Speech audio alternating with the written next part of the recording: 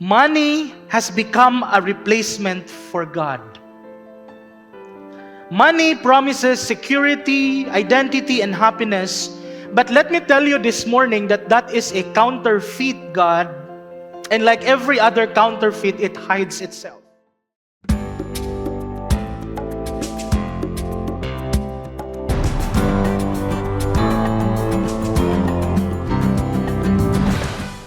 How are you today? Okay lang. Praise God for His working in our midst today. It's good to see you all.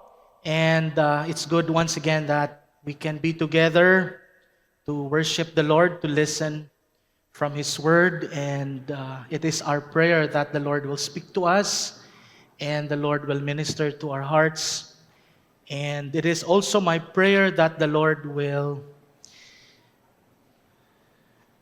enlighten us about what is happening in our society today and what is God's Word saying about it. Daghan kayo ang mga nagapanghitabo with all of these investigations of corruption, graft, plunder, makita nato sa news, even different crimes, no? Dili lang dinhi sa ato ang nasod, pero bisan sa uban, no? In Nepal, in Indonesia, in Thailand, in Cambodia recently, of course in the Middle East, it's ongoing even until now. So a lot of these things sometimes can affect us, diba? Na usahay inigmato ta sa simbahan, mo kanta ta, mo dayeg ta sa Ginoo, pero at the back of our mind ato nang ginahuna-huna ba, no?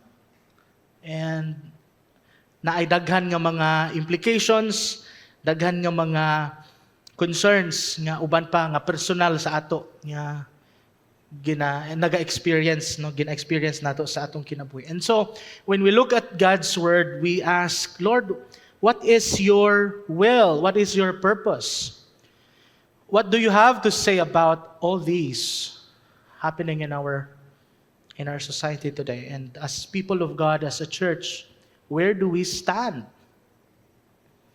Where do we base our decisions, our opinion about all these things?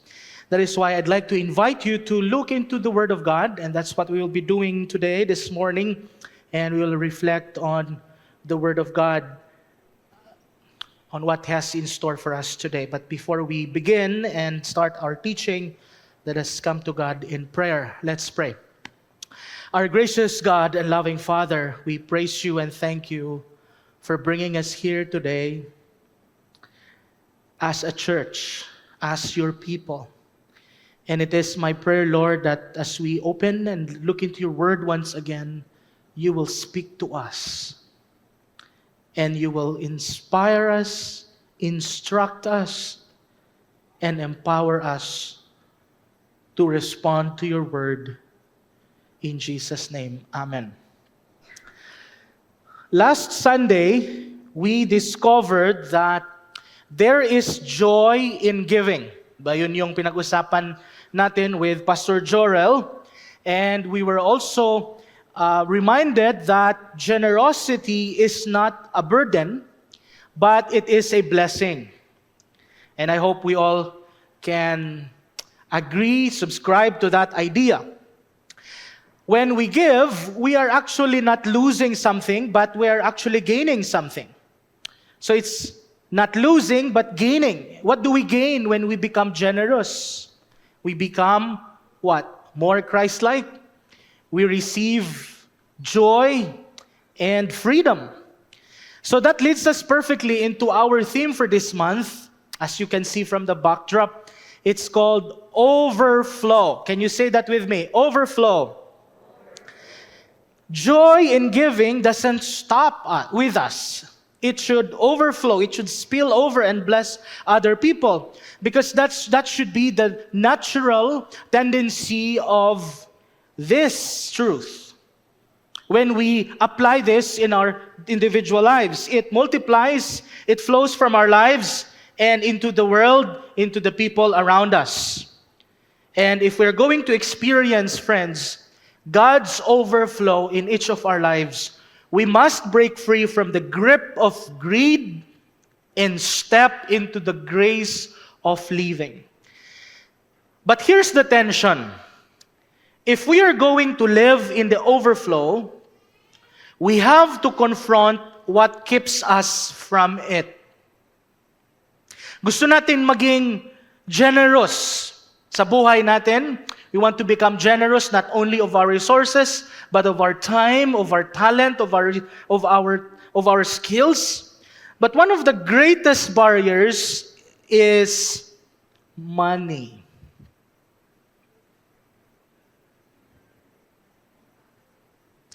Money has become a replacement for God. Money promises security, identity, and happiness. But let me tell you this morning that is a counterfeit God. And like every other counterfeit, it hides itself. Think about it. If you look at other sins, for example, lust, anger, pride, addiction, these sins are obvious. Madaling makita, madaling ma-validate, di ba? We can immediately see them. But when we talk about greed, sa Bisaya, kahakog. When we talk about greed, it is subtle. It camouflaged. You know, in my many years of ministry, no one has ever come to me, to my office and said, "Pastor, please help me. Because I think I'm greedy."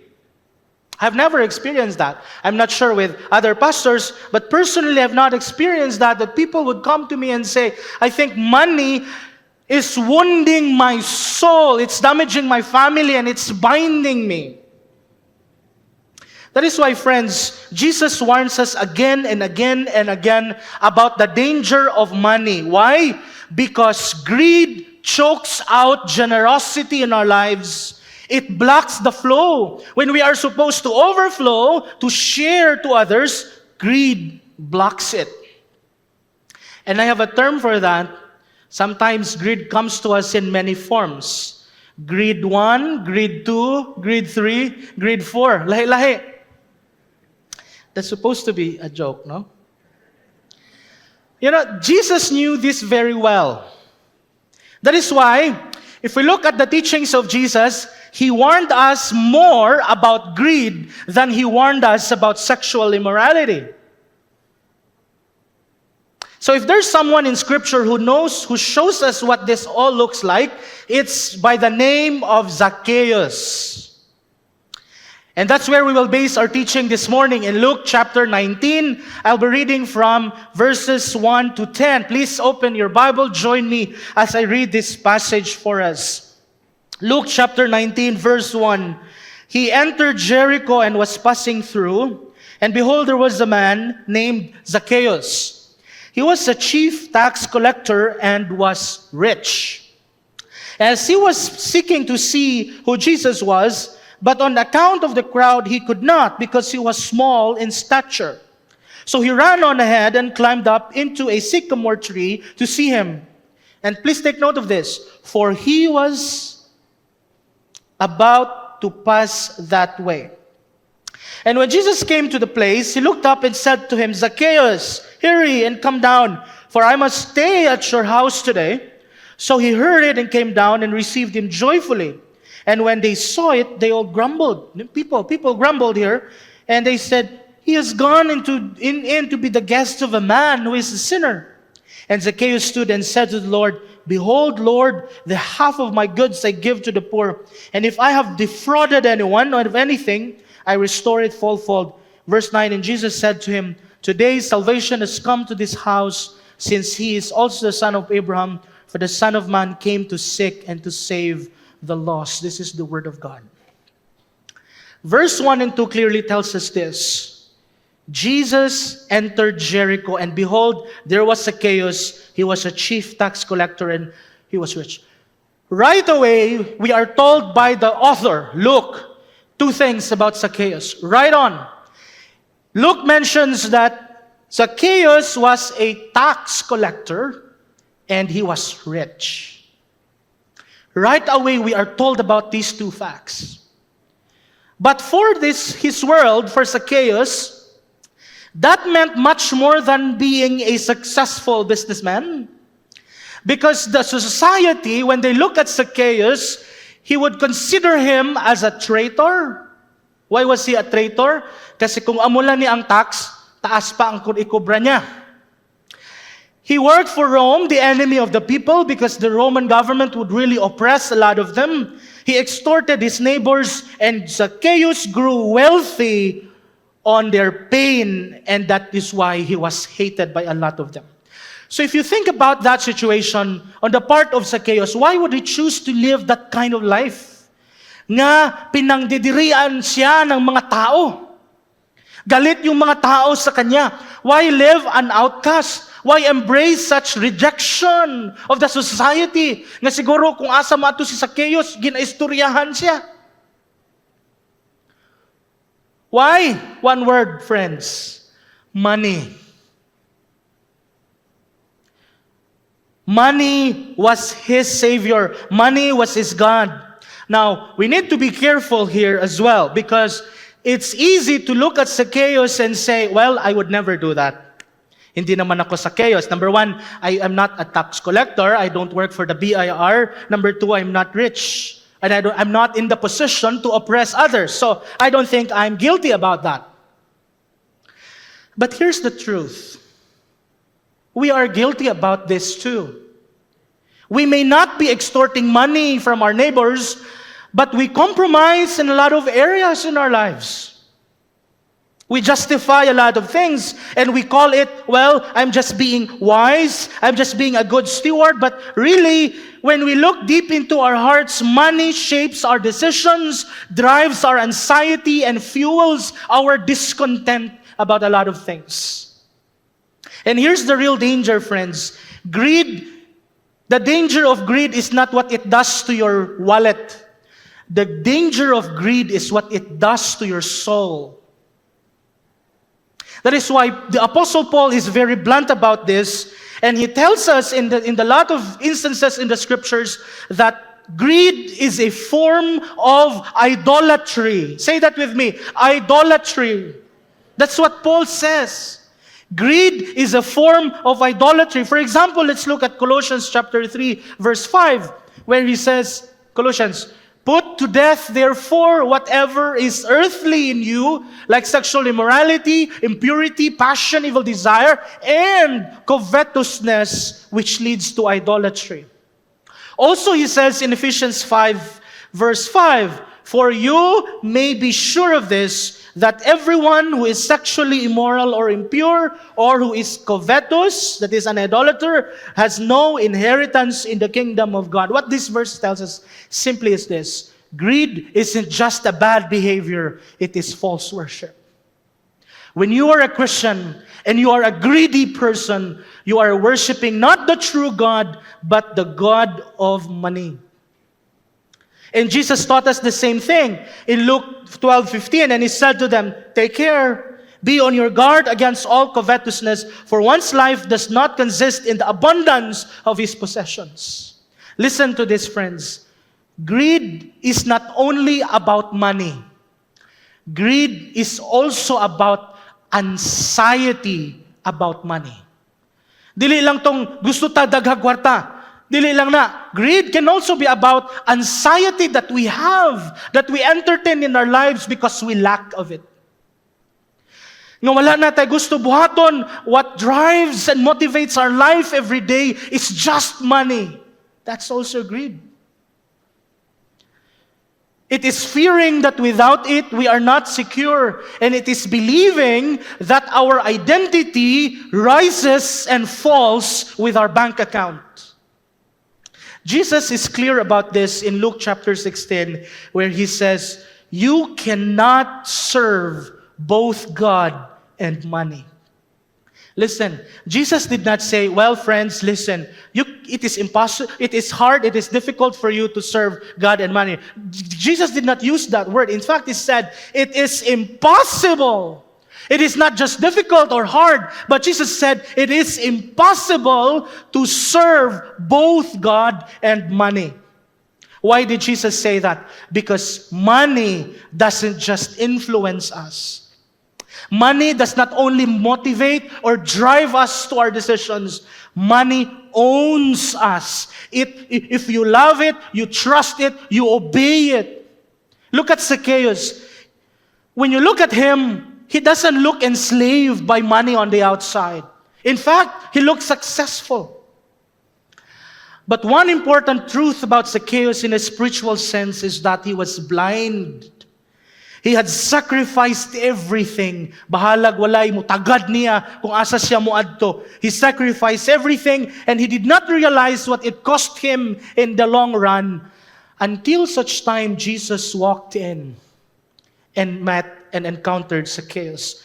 Luke tells us that Zacchaeus wanted to see who Jesus was. I think that's in verse 3. Zacchaeus wanted to see who Jesus was, but the crowd blocked his view. Now let's pause for a moment and let that sink into our hearts. Zacchaeus was not only short. As I've already mentioned, he was hated by people. So this is not just about height, friends. Because in a traditional culture like his, people of stature do not climb trees. It was embarrassing for him, undignified for a man of wealth and status to climb up the sycamore tree in front of the crowd. But Zacchaeus did it anyway. Why? Because verse 3 tells us he wanted to see Jesus. But this was not just casual curiosity. Nga, na-curious lang si Zacchaeus, kinsa maning Jesus nga ilang giingon nga, gamahanan, ganyan. Palantaw ko, it's not just a usual curiosity.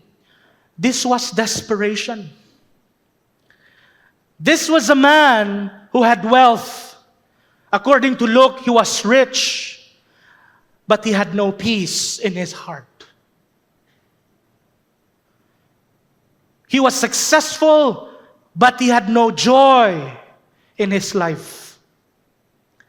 That is why when Jesus walked by, he did something no one expected. He looked up that sycamore tree. And not only did he look up, Jesus called Zacchaeus by name.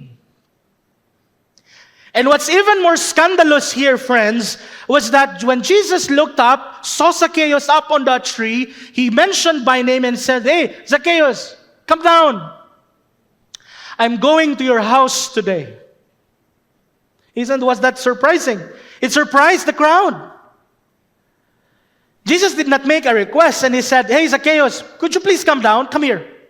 Can I come to your house today?" No, he didn't say that. "May I come?" No. He said, "I'm going to your house today. Come down. Ali, adto na ta. Kay mo adto ko sa imong balay." In that culture, to eat with someone means you identify yourself to them.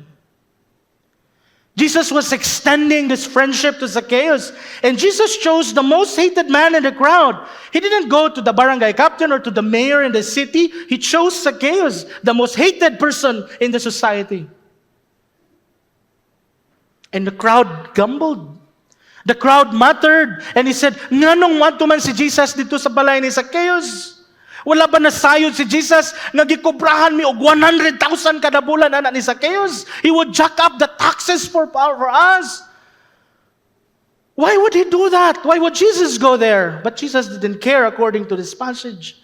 In fact, Zacchaeus welcomed him with joy. Here's the important truth. While Zacchaeus climbed up the tree to see a glimpse of Jesus, but if we look at it very intently, it was actually Jesus who sought Zacchaeus. It was actually Jesus who invited Zacchaeus. It was actually Jesus who invited himself into the life of Zacchaeus. That's what grace does. Grace always makes the first move. And when grace moves, something radical happens in our lives. Look at what happened after this. Zacchaeus stood up and said, "Look, Lord, here and now I give half of my possessions to the poor." Karon mismo, here and now, I give half of my possessions to the poor. And if I have cheated, defrauded anybody out of anything, I will pay them back 4 times the amount. No one told Zacchaeus to do this. Jesus did not hand him a checklist. "Hey, Zacchaeus, I came to your house because I'm giving you a checklist, and this is what you are supposed to do, because I have heard from the people that you are doing all of these things." No, Jesus didn't say that. And in the other side, Zacchaeus was not also buying Jesus' forgiveness. In fact, he was just responding to it because something radical happened in Zacchaeus' life and something changed. That is why Zacchaeus gave away 50% of his wealth, which was 5 times what the law required. And for those he cheated, he defrauded, Zacchaeus promised to repay them 300% interest, even if the law only requires 20%. That's the picture of grace. Because grace doesn't ask, how much is the minimum here? Grace asks, how much can I give? Zacchaeus wasn't trying to earn anything. He only responded this way because Zacchaeus already received everything he had ever needed. The reason why he climbed up that tree that morning, because he was desperate, he was searching for something, longing in his heart, and Jesus met that need. That is why Zacchaeus already got satisfaction and fulfillment in Jesus. That's why he just gave it all away. Because such a man like him already knew by then that money doesn't give you everything. That's why Jesus says in verse 10, "Today salvation has come to this house." Not because Zacchaeus gave the money away, but because the evidence of salvation was standing right there. He was not the same man anymore. Money used to be his God. Now, it's just money. It no longer owned him. He did not serve it. Now it serves him. It's because Jesus has already taken place at the center of his life. But if you look at this deeper, money was not Zacchaeus' only problem. It was only a surface idol. Taphaw lang to. Because underneath it all were the real idols of power, control, approval. And money was the only tool, the instrument that he used to satisfy these idols. Some people hoard money to feel secure. Some people spend money to feel beautiful, so they would look good on the outside. Some people chase money to feel important. Same with idol, friends. It looks like that on the surface, but it's a different God underneath. That's why 2 people can both love God and money and act completely different. One person spends a lot of money because he is serving the idol of approval. The other person don't spend because he's serving the idol of control. But in both cases, money is the servant of a deeper false god. And the only way to dislodge this, friends, the only way to dislodge this, is not by willpower, but by the power of the real, true God. That's what happened to Zacchaeus. That day when Jesus encountered him, he did not learn financial literacy management 101. He didn't learn how to be generous. No, what happened? He met Jesus. He encountered the Lord, and Jesus went deeper into his behavior. Jesus touched his heart. He showed Zacchaeus that salvation was not earned by law, nor by his money, but salvation was received by grace. So when grace transformed his heart, his life, everything else loosened its grip. His money, his fear, his pride, everything else. And suddenly, Zacchaeus was a changed man. Because he had found something better. In fact, someone better. And that is our Lord Jesus Christ. You see, money promises security. If you have enough, you feel good, you feel enough about it. But you realize at the end of the day that only the grace of God who gives you the peace. Money whispers power, but only God's grace offers you true identity, who you really are. Money enslaves you with fear, but only the grace of God gives you freedom. This is where the Apostle Paul helps us to understand why generosity flows from grace. This is the principle of sowing and reaping.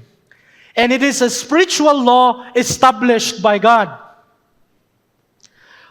Biblical, right? What you sow is what you reap. In other words, every action carries a consequence. That's true in nature, that's also true in the spirit. Look at what Paul said in Corinthians 9:6. Very familiar verse for all of us. Whoever sows sparingly will also reap sparingly, and whoever sows generously will reap generously. You know, three things that I'd like to share with you out of this. First of all, sowing reflects the posture of your heart. In other words, your giving only reveals what's inside your heart. There's a famous statement for this, right? You can give without loving, but you cannot love without giving. It always goes together. Well, you can give for many reasons. You can give out of duty, out of guilt, or even pressure. That kind of giving may just check a box, but it doesn't capture God's heart. True giving, according to the kingdom principle, comes from love. Comes from the right posture of your heart. You can give without love, but genuine love always produces generosity in you. Listen, friends. God is not measuring the size of your seed. He is measuring the posture of your heart. Are you giving to be seen? Are you giving because you trust God? Are you sowing sparingly, or are you sowing with surrender? Here's the point. When your heart is right, even the smallest gift will become mighty in the hands of God. Because it comes from the right heart. Second, generosity invites God's provision. Giving is not losing. I've said that. It's actually gaining. It's investing. Paul says, notice these words all, okay? Paul says in that same passage, and God is able to make all grace abound to you, so that in all things, at all times, having all that you need, you will abound in all good works. See? All. Everything is covered. That's why Malachi 3 invites us, we always use this, see if I will not throw open the floodgates of heaven. When you sow generously, friends, you're actually positioning yourself for increase. In other words, God blesses you not just to sustain you, but so you can overflow into others. When God increases the level of your income, it does not mean that you should change your lifestyle because you have something more to spend. No. It simply means is that you are to increase also the level of your giving. Don't change your lifestyle. Make it more simple. But when God blesses you with more, it doesn't mean so you could change. It so means so you could give more. That's the economy of the kingdom of God.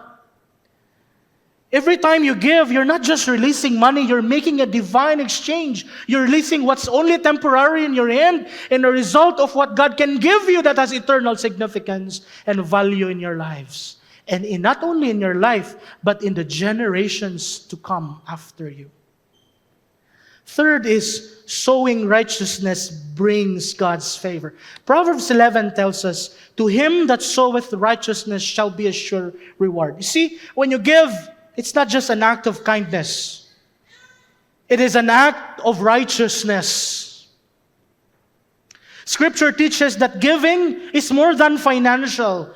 It is moral, it is spiritual, it is eternal. Every seed of generosity carries with it a promise of reward. Why? Because God says, God loves a cheerful giver. I like that word. God loves the one who is a cheerful giver, the one who embodies a life of generosity. Paul sums up these three truths into three principles. The principle of increase. You reap in proportion to what you sow. The principle of intent. You reap according to your motive. And the principle of immediacy. You begin reaping even as you sow. This is what Zacchaeus has discovered. He sowed generosity, and as a result, he received the joy of God's salvation. Zacchaeus did not buy that salvation. He received it. Because the one who gave it was also generous.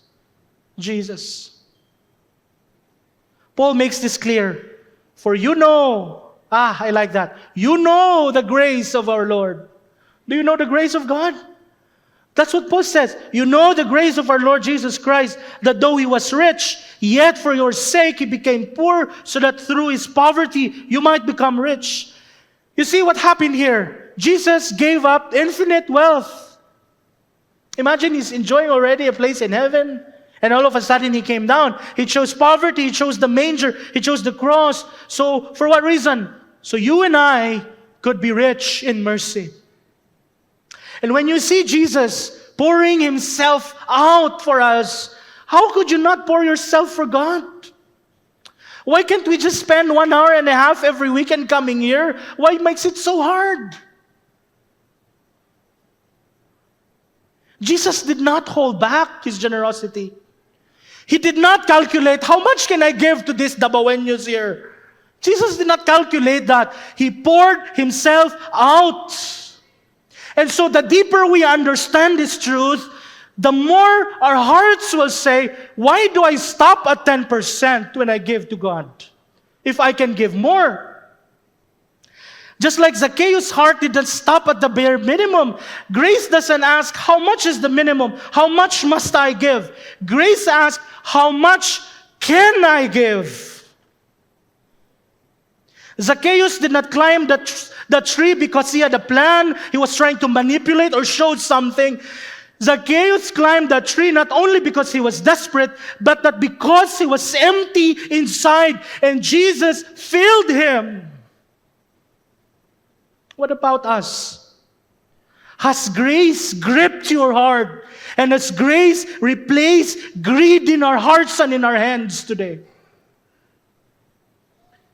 Because when he does, money just disappears. It belongs to where it belongs, and we place God at the center of it. And we place money not in our hearts, but in our hands, so we can give it and share it to others. When Paul calls the Corinthian church to be generous, he did not command it, even though he was an apostle. He was the apostle Paul, but he did not command it. He did not say to the Corinthian church, hey, give. No. Why? Because generosity cannot be forced. It has to flow from grace. It has to flow from the posture of your heart. It has to flow from love. That is why Paul points us not to guilt so we could give, but Paul points us to grace, because that's where it should come from. Sabi ni Paul, for you know the grace of our Lord Jesus Christ. It's like Paul was saying, di ba na-experience nyo yung grace ng Panginoon?